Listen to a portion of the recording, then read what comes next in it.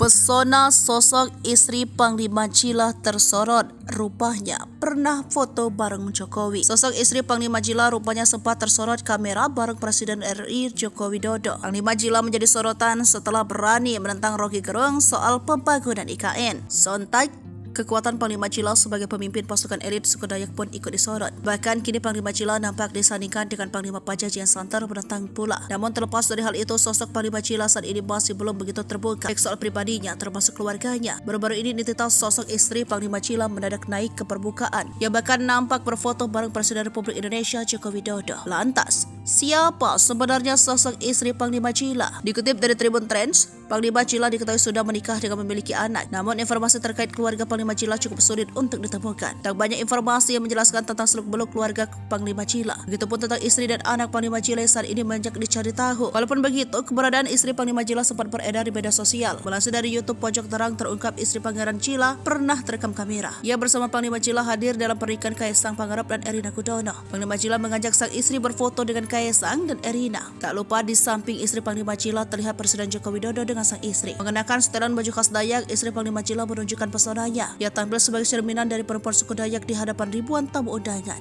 Hanya itu, beredar juga kebersamaan Panglima Jila dan sang istri ketika foto dengan Jokowi. Kendati begitu, informasi terkait istri Panglima Jila belum diketahui secara jelas. Mengenakan baju Dayak berwarna merah delima, penampilan istri Panglima Jila kerap disorot. Ia tidak pernah melepaskan identitas sebagai perempuan Dayak, terkhusus istri dari seorang panglima.